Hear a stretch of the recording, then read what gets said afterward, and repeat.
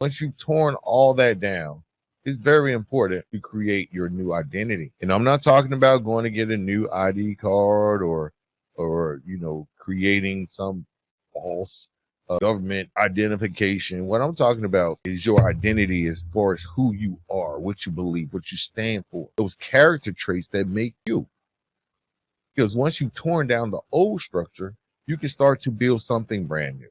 This is the part where you get intentional, where you decide what kind of person, what kind of father you want, what kind of husband. If you want to get into entrepreneurship, what do you want to be known as?